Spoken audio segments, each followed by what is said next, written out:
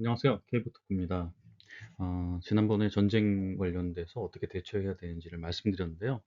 제가 추가로 좀 몇 가지 더 말씀드리고 싶어 가지고 이렇게 또 녹화를 하게 됐습니다. 네, 지난번에 보여드린 것은 이제 3개월, 6개월, 어, 3개월, 6개월, 1년, 2년 이런 식으로 보여드렸었는데 다시 한번 생각해 보니까 이제 그 뭐 주 단위도 그렇고 월 단위로도 궁금하실 것 같아요. 그리고 이제 전쟁이 일어나고 이제 주가의 변동성이 급격히 커지니까 이제 이것을 어떻게 변할지 또 단기적으로 궁금하실 것 같아요. 그래서 3 개월, 6 개월이라는 기간이 굉장히 길기 때문에 그런 측면에서 좀 쪼개서 봤습니다. 그래서 제일 앞부분에 MDD를 보시면 보통 10% 내외에 빠진다라는 것, 3 개월에 제일 많이 빠진 구간이 한 10% 내외라고 보시면 되는데요.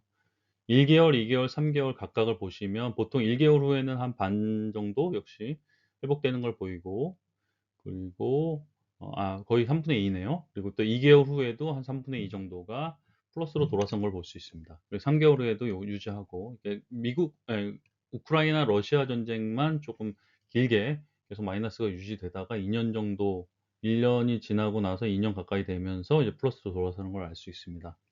그래서 이걸 통해서 보는 것은 3 개월이 지나야 회복된다라는 것, 뭐 6 개월이 지나야 회복된다라는 측면보다는 보통 1 개월 정도의 단기적인 구간에서 영향을 받다가 벗어나기 시작한다라고 보시는 게 더 정확할 것 같습니다. 그리고 그 다음 페이지에서 추가적으로 유가를 연동해서 말씀드리도록 하겠습니다. 여기서는 이제 수익률과 유가를 같이 배치해서 본 건데요. 각각의 사건 밑에 보시면 유가라고 직전 유가가 있습니다. 그래서 전쟁 직전 유가가 갤런당 달러로 표시되어 있고요.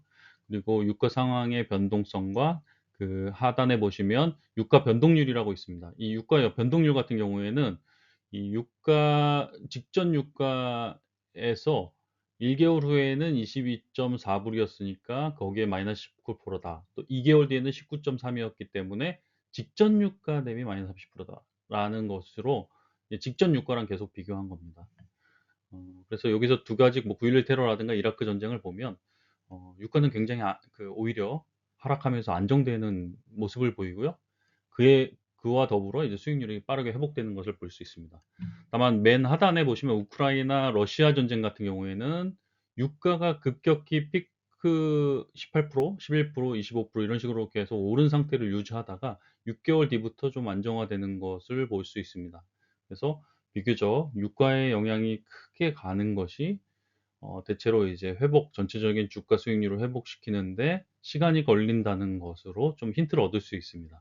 그래서 유가가 다른 모든 그 물품에 그다음 인플레이션에 영향을 미치기 때문에 유가가 중요하게 팩터를 하고 그것이 결국 또 주식 수익률에도 영향을 미친다는 것을 또 힌트로 얻을 수 있습니다.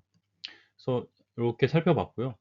그래서 지금 현재의 그 전쟁이 뭐 1 개월이 갈지 2 개월이 갈지 3 개월이 갈지는 알 수 없지만 저희가 유가가 많이 불안할수록 주가 수익률의 영향은 많이 오랫동안 미칠 수 있다라는 것을 좀 알 수 있습니다.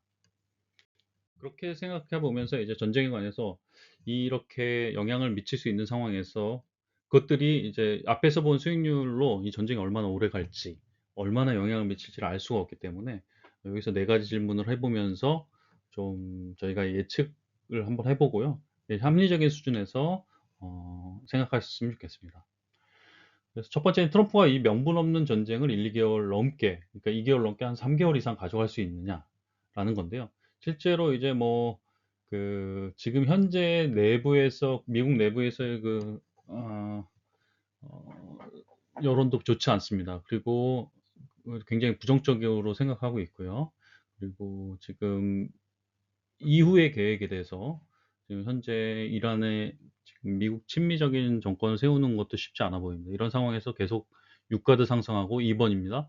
유가도 상승하고 주가도 하고 있는 상황, 채권도 불안정한 이런 상황에서 트럼프가 2 개월 넘게 유지할 수 있을까를 보면 일단 제 생각을 말씀드리면 2 개월을 넘게 전쟁을 유지하지 못할 것이라고 보고 있습니다. 그럼 결국에는 그 영향력의 한계, 또 유가도 다시 하락하거나 안정화되는 구조로 가면서 안정화될 텐데 이 전쟁 자체가 얼마나 길어질 거냐가 크게 영향을 미치니까 결국에는 완결 뭐 깔끔하게 마무리 못하더라도 어떤 식으로든 수습하면서 종료하지 않을까 싶습니다. 그리고 세 번째, 세계에서 가장 견고한 시장 어느 나라 시장인가?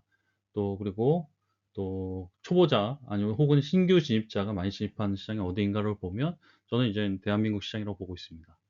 대한민국 같은 경우에 지금 반도체와 자동차가 좀 같이 가고 있고요. 가장 이제 반도체가 중심이 돼서 수익 상승을 끌고 있기 때문에 일단은 좀 견고하게 지금 유지가 되고 있는 시장이고, 또 뭐 그 외에 방산이라든가 조선이라든가 소비재라든가 아니면 컨텐츠라든가 이런 다수의 그런 산업들이 골고루 지금 좋은 상황입니다. 그래서 어, 어느 나라보다도 지금 전 세계적으로 봤을 때 우리나라 시장이 가장 견고해 보이는 시장이다. 오히려 미국 시장보다도 현재는 향후 전망이 좋다라고 보고 있고요.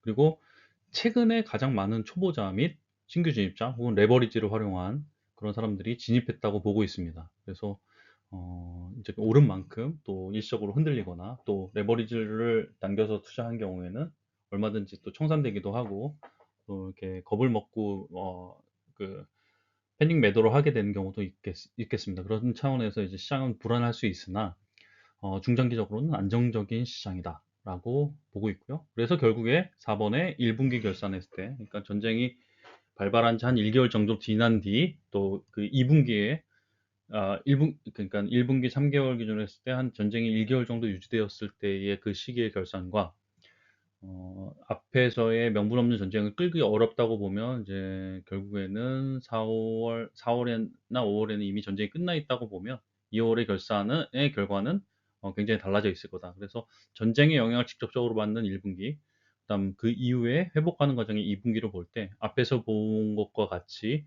어, 수익률을 많이 회복한 상태로 되지 않을까라고 이제 예상을 한번 해봅니다. 그래서 여기서 말씀드린 건 제 생각을 많이 말씀드리고요. 저희 앞에서의 데이터를 기반으로 해서 좀 합리적이고 좀 이성적인 추론을 좀 한번 해봤습니다. 그래서 이런 것들이 좀 전쟁에 대한 불안감을 좀 잠재우고 아니면 좀 이성적으로 시장을 바라볼 수 있는 좀 힌트가 되기를 바랍니다. K부터였습니다. 감사합니다.